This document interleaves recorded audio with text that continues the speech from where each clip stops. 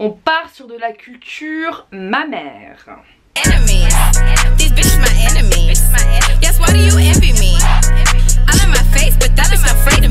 les gars, j'espère que vous allez bien. Oui, je vais enlever tout ce fanfarage hein, parce qu'on n'est pas dans une vidéo de mode. Bon, là on est sur de la nature peinture 100%. Je préfère vous le dire, si vous me trouvez moche, je m'en carre. Aujourd'hui les gars, on va parler de mes seins. On va parler des seins en général, de mes seins aussi, l'histoire de mes seins. Et parce qu'il y a énormément de choses que vous ne savez pas sur les seins, il y a énormément de choses que vous ne savez pas sur mes seins.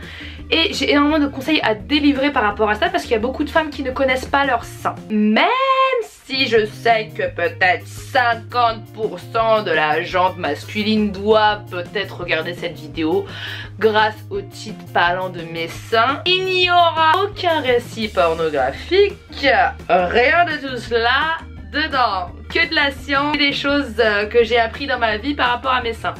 Et je ne montrerai pas mes seins. Tu l'as vu? Tu l'as pas vu, tu l'as vu. J'espère que je me ferai pas censurer par YouTube parce que j'ai marqué 100. Vive la dictature, on n'a plus le droit de rien dire sur cette plateforme. On n'a plus le droit d'aider les jeunes. Non, faut juste montrer le rouge à lèvres, la dernière collection. J'ai écrit pas mal de trucs, j'ai fait quelques petites recherches, mais je tenais à vous dire que cette vidéo n'est pas écrite. Voilà, tout sort de mon gosier tel quel. Cette vidéo va se découper en plusieurs parties. Je vais d'abord parler de mes seins, je vais parler des seins en règle générale, je vais parler des choses à savoir qui sont les plus importantes pour vous, jeunes ou moins jeunes. Voilà, bon, moi j'ai des seins qui sont relativement gros et je vous cache pas que j'ai de la chance. Je suis contente parce que d'un point de vue physique, c'est génial d'avoir des gros tétés, gros mamelons, gros nibards, tout ce que vous voulez. Big boobs. Mais dans la vie en général, c'est très difficile d'avoir des gros seins. C'est pas pour faire genre, mais c'est vrai que c'est très difficile. Moi ça va, ils sont pas énormes non plus. J'ai appris depuis peu parce que je ne connaissais absolument pas mon bonnet de sein. Pendant longtemps je pensais que je faisais du 90C alors que les gars je fais du 90D. C'est important de connaître sa taille de soutien-gorge, mais on en parlera. On en parlera dans un autre chapitre de cette vidéo. Donc du coup je fais du 90D, beau, je les trouve, je les aime beaucoup, voilà, je peux pas dire le contraire. Donc j'ai un piercing au téton, sur ce téton là en particulier, comme je disais, je l'ai fait, j'en ai déjà parlé dans des vidéos spéciales piercing et tatouage. Je l'ai fait, j'avais 20 ans. 21 ans peut-être. C'était super dur pour moi de dire sur YouTube que j'avais un piercing au téton parce que j'avais peur des jugements, mais je l'ai quand même fait et je suis assez fière de moi parce que du coup j'ai donné plein de conseils à des filles qui étaient des bons conseils d'ailleurs. N'hésitez pas à aller voir ma vidéo justement sur mon piercing au téton. Je vous explique juste grosso modo, je l'ai fait sur mon sein gauche parce que je suis droitière et que je porte mon sac par là et je voulais pas pendant la période de cicatrisation que ça me fasse mal.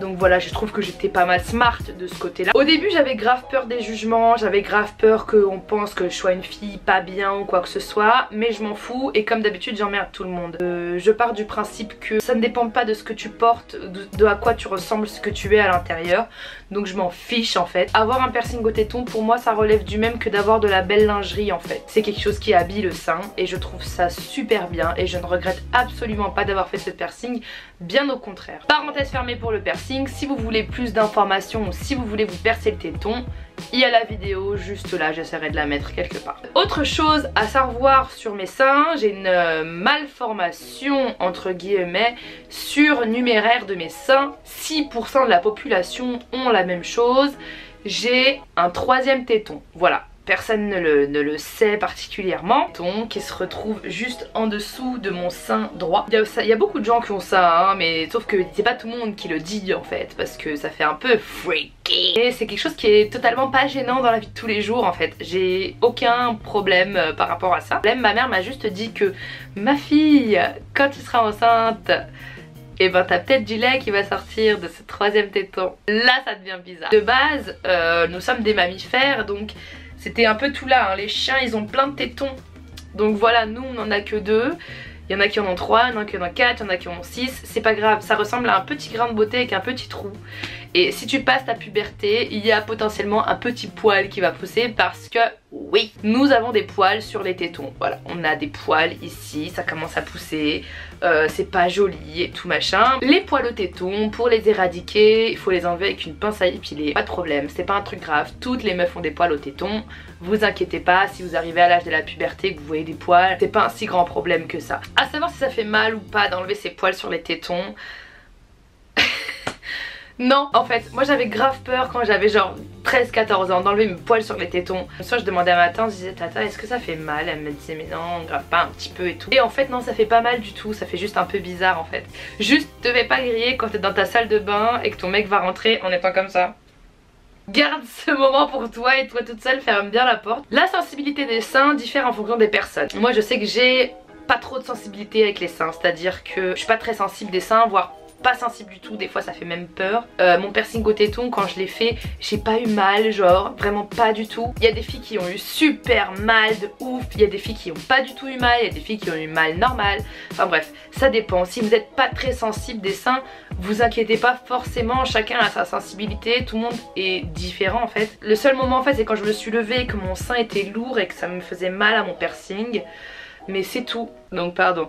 Ce que j'étais en train de dire... D'ailleurs, lorsqu'un homme touche les seins d'une femme, lors d'un rapport privilégié avec celle-ci, la femme sécrète l'hormone du câlin qui est l'oxytocine et qui crée des liens encore plus profonds avec le partenaire. Donc le conseil que je vous recommande le plus, c'est si jamais vous avez des rapports ou quoi que ce soit, par une personne que vous aimez profondément, parce que ce genre d'hormones en fait crée des liens avec votre partenaire. Et bref, je trouve que c'est important en fait, à la même hauteur que personne ne doit toucher vos cheveux. Moi je sais que mes cheveux bouclés, les gens ils les touchent, je les recale de plus en plus parce que je suis pas une bête de foire. Il y a des endroits de notre corps qu'il faut pas forcément laisser à portée de main à tous en fait, parce que psychologiquement ça crée des choses chez nous et ça beaucoup de gens ne le savent pas. Donc faites attention à votre poitrine, faites attention à vos seins, faites attention à vos cheveux, à votre corps. Voilà, moi c'est mon conseil que je donne parce que une main c'est une main physiquement, c'est aussi une énergie. Ne laissez pas les gens rentrer trop profondément dans votre zone intime très rapidement ou n'importe qui. Voilà de ce côté là, hein, docteur Chérin. Le point positif quand t'as des gros seins, c'est du coup que c'est plus esthétique on va dire, que ça a l'air plus féminin. Encore une fois ça c'est toute une question de normes de beauté créées par la société qu'on emmerde tous, hein, etc. Point négatif aussi parce que vous êtes beaucoup à envier les grosses poitrines, mais les grosses poitrines c'est quoi? C'est des mal de dos. Les grosses poitrines c'est quoi? C'est des mal de seins. Les grosses poitrines c'est quoi? C'est faire du sport en n'étant pas à l'aise parce que nos seins ils arrêtent pas de remonter et de descendre et ça fait très mal aux seins en fait. Je pense que vous êtes beaucoup à pas vous rendre compte qu'il y a des points positifs et négatifs à toute chose en fait. Les filles ont des gros seins en règle générale, qu'elles le vivent bien aussi. Ça peut être aussi très handicapant d'avoir une grosse poitrine et ça personne s'en rend compte. Ça peut créer des malformations dans le dos, ça peut créer énormément de choses, ça peut être plus une tannée qu'autre chose parfois. Donc ce que j'aime bien aussi avec la poitrine naturelle, c'est que il y a tous les formats, toutes les couleurs, tout en fait. C'est ça qui est bien. C'est comme la chanson de Pierre Perret, vous avez tout sur le zizi. Il y a des grands, des petits, des machins, des trucs. C'est pareil pour les seins. Il y a des gros seins, il y a des petits seins, il y a des seins en forme de poire, il y a des seins qui rebondissent, des seins qui pendent, des petits seins, des trucs machin. Et je trouve que tous les seins sont magnifiques. Faut arrêter de vouloir envier les seins des autres, faut arrêter de vouloir envier ce que vous voyez sur Instagram. C'est ce que je disais, on n'arrête pas de m'interrompre durant cette vidéo, ça commence à être chiant. Par rapport à cette putain de société de merde qui nous montre des gros seins refaits. Stop!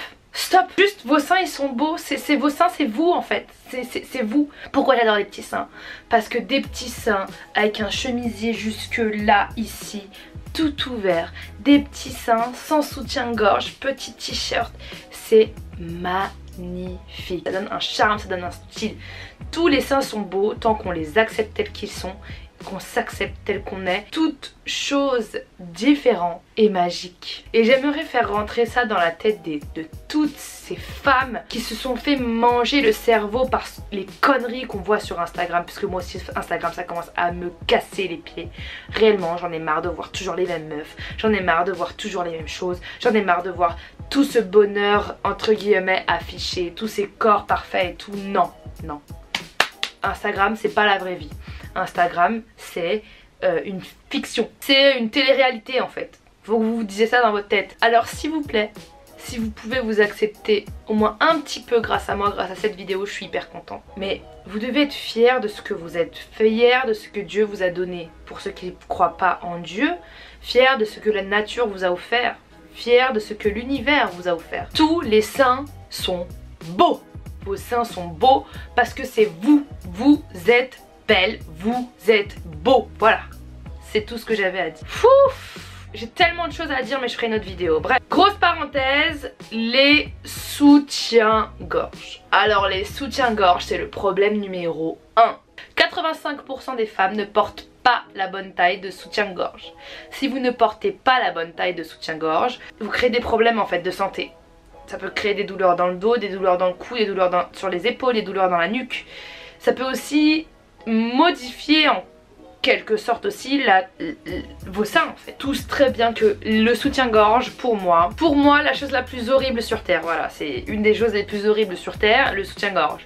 C'est pas confortable, ça fait mal, ça se voit à travers les vêtements. La seule chose que tu as envie de faire quand tu le mets c'est de l'enlever. C'est la prison des seins, voilà, c'est la prison des seins pour moi les soutiens-gorge.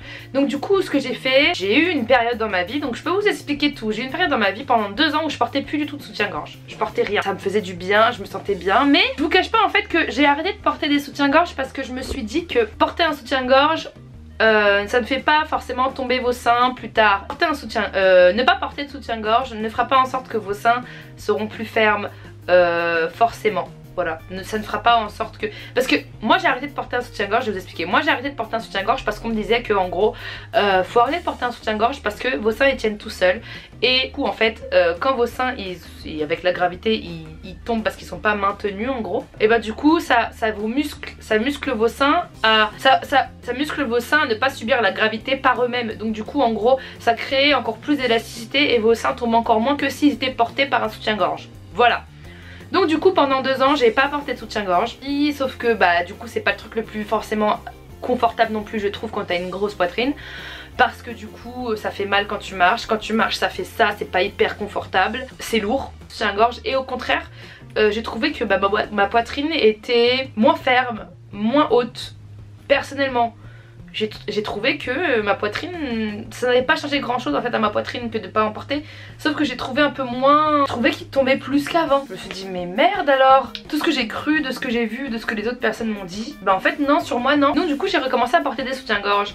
Donc c'est pour ça que pour vous en fait je vais pas vous donner de conseils de porter ou pas des soutiens-gorge. N'écoutez pas ce que les autres disent, laissez vivre vos seins selon vous et faire votre propre expérience avec vos seins. Je me suis mise à reporter des soutiens-gorge et je me suis sentie mieux que quand j'en portais plus. Donc du coup j'ai recommencé à porter des soutiens-gorge, ça m'a fait du bien. Maintenant le truc c'est que ce que j'essaie de faire c'est d'alterner. Faire des jours où je porte pas de soutien-gorge, des jours où je porte des soutiens-gorge. Moi surtout ce que je pourrais vous conseiller par rapport au soutien-gorge, il y a énormément de femmes qui ne connaissent pas la taille de leur soutien-gorge, il y a énormément de femmes qui se font du mal, qui rendent le port de soutien-gorge un enfer. Et moi aussi je l'ai vécu cet enfer. L'enfer de tu rentres, tu penses qu'à enlever ton soutien-gorge comme ça, t'enlèves les bretelles par là et tu le glisses par là et tu le fais tomber et t'es heureux. On n'a pas à se faire subir ça en fait. Vraiment, je trouve qu'on n'a pas à se faire subir autant de mal. Du coup moi ce que je vous conseille tout simplement c'est de tout d'abord, lorsque vous allez acheter un soutien-gorge, dans le magasin de lingerie où vous allez, vous demandez à ce que la vendeuse vous fasse la taille de votre soutien-gorge, calcule votre bonnet. En fonction de ça vous trouvez votre soutien-gorge parfait et donc du coup vous vous sentirez bien avec un soutien-gorge. Mais aussi ce que je tenais à vous dire aussi c'est que moi j'ai découvert parce que Sloggy m'ont contacté. Oui je suis youtubeuse, oui des marques me contactent, oui je fais le tri avec les marques dont j'aime parler et les marques dont j'ai pas envie de parler, oui je suis payée pour faire cette vidéo et je ne m'en cache pas. Mais si je peux vous faire kiffer, vous donner les meilleurs conseils, parler d'un sujet qui me tient à cœur tout en travaillant avec une marque que j'aime, je suis contente. Sloggy m'ont contacté et ils m'ont parlé de leur soutien-gorge zéro fil. Moi déjà Sloggy, ma mère elle adore la marque. Sloggy je connaissais pas, je connaissais comme disait ma copine et manageuse Marie Bulle, c'était les slogans de Yannick Noah sur fond bleu. Sloggy c'est une marque de lingerie et ma mère quand je lui ai parlé de Sloggy m'a dit mais ma fille c'est les soutiens-gorge et les culottes les plus confortables du monde. Et je suis passée à côté, je savais pas. Donc du coup quand ils m'ont contacté j'ai dit mais Yas, totalement. Merci de m'avoir contacté les gars, je suis hyper content. Pour leur soutien-gorge zéro fil, leur tout nouveau soutien-gorge zéro fil, ils m'ont contacté. Et je me suis dit mais yes, soutien-gorge, sein, féminité, femme, la vie, moi tout simplement. En fait si vous voulez, ils ont créé un tout nouveau soutien-gorge que je porte actuellement. Oui donc je vous montre mes seins. Un soutien-gorge que je porte dans cette vidéo qui est tout simplement génial. Pourquoi ? Il s'appelle zéro fil, mais il y a zéro fil avec. Attendez, j'enlève ma veste. Si vous voulez, en fait, c'est un soutien-gorge super élastique, super extensible, qui s'adapte à toutes les poitrines, en fait. C'est pas vous qui vous adaptez au soutien-gorge, c'est le soutien-gorge qui s'adapte à vous. Il est super élastique. Là, vous avez la couleur Laguna. Vous avez énormément de couleurs. Regardez. Et il est fait dans une matière qui est trop douce. C'est vraiment un truc de fou malade. Ce que j'aime beaucoup en fait avec ce soutien-gorge, c'est que vous n'avez pas de couture. Et que les coutures, c'est ce qui fait le plus mal au sein. Donc pas de couture, vous sentez rien du tout. Ce qui est bien en fait, c'est comme il n'y a pas de couture, les soutiens-gorge et les culottes ne se voient pas à travers les vêtements. Vous avez aussi des petits bonnets push-up qui vont maintenir vos seins, remonter votre poitrine, qui vont porter vos seins, qui vont être tout simplement un soutien-gorge, sans que vous ayez à vous torturer en fait. Avant de parler du produit, j'ai décidé de tester le produit. Donc ce soutien-gorge, je me suis dit quoi? Ok les gars, vous me l'envoyez, je le porte dans l'avion. L'endroit où c'est le plus inconfortable pour porter un soutien-gorge. Donc du coup je l'ai porté dans l'avion. Je me suis jamais sentie aussi à l'aise en portant un soutien-gorge de ma vie. Et c'est pas parce que ils m'ont contacté que c'est vraiment un truc de ouf. Si je peux vous conseiller, il est vendu au BHV, il est vendu au printemps, il est vendu dans toutes les grandes et moyennes surfaces. Si jamais ça vous intéresse, vous pouvez aussi le trouver sur internet. Allez dans ces magasins, allez en grande et moyenne surface, testez-les et vous m'en direz des nouvelles tout simplement. Je sais que la lingerie c'est sexy, c'est truc muché gna gna. Alors moi aussi j'adore la lingerie les gars, mais à porter tous les jours, non. Tu peux pas porter le soutien-gorge de ouf, hyper sexy Victoria's Secret tous les jours. C'est pas possible. Comme une fois de plus, il n'y a que les meufs sur Instagram qui peuvent vous faire croire ça. Mais moi je suis pas là pour vous faire croire des choses. Je suis juste là pour vivre ma vie naturellement et vous dire moi ce que je ressens. J'ai pas beaucoup de soutien-gorge les gars, je me rends compte. J'aime bien la lingerie mais j'ai pas beaucoup de soutien-gorge. Et surtout, j'ai l'impression, je sais pas si vous êtes pareil, que je porte tous les jours le même soutien-gorge. Et je me suis rendu compte il y a pas si longtemps que c'était une erreur en fait. Le soutien-gorge, normalement, quand vous le portez un jour, vous êtes censé le reposer. Vous êtes censé le laisser reposer au moins 1 ou 2 jours. Pourquoi? Oui, un soutien-gorge ça se repose pour que l'élastique en fait reste élastique. Si vous le portez tout le temps, il s'étend tout le temps, donc du coup l'élastique ne marche plus, donc du coup le soutien-gorge ne remonte plus vos seins. Aussi, ce que je voulais vous dire, c'est que du coup un soutien-gorge ça se change, ça a une date de péremption en fait. C'est hyper important de changer de soutien-gorge quand il a 8 mois, parce que quand il a 8 mois il a plus aucune élasticité en fait. Moi j'ai des soutiens-gorge, ça fait des années que je les mets et en fait je me rends compte qu'il faut carrément que je les jette à poubelle parce qu'ils sont plus élastiques et ils ne tiennent plus mes seins. Seconde chose importante, enfin seconde chose, j'ai dit énormément de choses, voir c'est qu'il faut souvent se toucher les seins. Je vous explique. Sachez qu'une femme sur 8, il me semble, je dis bien il me semble d'après ce que j'ai lu, il me semble que c'est ça, oui. Mais revérifiez quand même. Une femme sur 8 peut avoir le cancer du sein. Et le cancer du sein c'est quelque chose qui peut toutes nous toucher en fait. Toutes et tous, parce qu'il y a aussi des hommes, 1 sur 1000, d'après ce que j'ai vu aussi, mais bon, d'après ce que j'ai vu. Et aussi des hommes qui peuvent être touchés par le cancer du sein. Des hommes, des femmes. Donc du coup moi le seul conseil que je pourrais vous donner c'est d'aller voir le gynécologue. Qui vous apprenne à vous masser les seins. Et en fait moi je peux vous expliquer entre guillemets. Le truc en fait c'est qu'il faut que vous connaissiez vos seins, comment ils sont. Il faut souvent les toucher pour voir comment ils sont en temps normal, pour voir comment ils sont en période de règles, pour savoir comment votre sein est normal en fait. Il faut souvent aussi que vous touchiez vos seins une fois par jour, sous la douche, n'hésitez pas. Vous mettez la main derrière ici et avec cette main là vous allez effectuer des mouvements circulaires sur votre sein pour masser votre sein et pour voir s'il n'y a pas de choses inhabituelles sur votre sein. Des boules, des endroits qui sont plus durs que l'autre d'habitude alors que non. C'est pour ça qu'il est important de se toucher quotidiennement les seins pour pouvoir les connaître et savoir ce qui est anormal ou non. Donc n'hésitez pas à les masser de cette façon là. N'hésitez pas à vous renseigner aussi sur ça. N'hésitez pas à justement faire attention à ça. Le cancer du sein ça peut toucher toutes les femmes. On connaît tout au moins une femme dans notre entourage qui a été touchée par le cancer du sein. J'ai pas envie que ça vous arrive, j'ai pas envie que ça nous arrive. J'ai envie que vous preniez tout simplement en main vos seins. C'est un message de prévention que j'essaie de vous faire passer, donc voilà les filles. Prenez en main vos seins. J'espère que vraiment que cette vidéo vous a permis d'apprendre à connaître vos seins, d'apprendre à aussi aimer vos seins, d'apprendre à soigner vos seins, d'apprendre à en prendre soin. J'espère que vous avez vraiment kiffé la vidéo. N'hésitez pas à aller en barre d'infos, regarder un peu tout la collection Sloggy et tout, ça pourrait être top. N'hésitez pas à la tester. J'espère vraiment que vous avez kiffé cette vidéo. J'adore ce genre de vidéo, vraiment, où je parle avec le cœur, où je vous donne des vrais conseils, où je parle des femmes, parce que les femmes, ma vie entière. Je vous aime toutes. Et je vous aime toutes et tous les gars. J'espère vraiment que vous avez kiffé cette vidéo. C'était Shera Kiriansky. Je vous fais de gros bisous et sachez que je vous aime tous fort. Mais avant que je vous aime, j'aimerais que vous aimiez. Bisous les gars.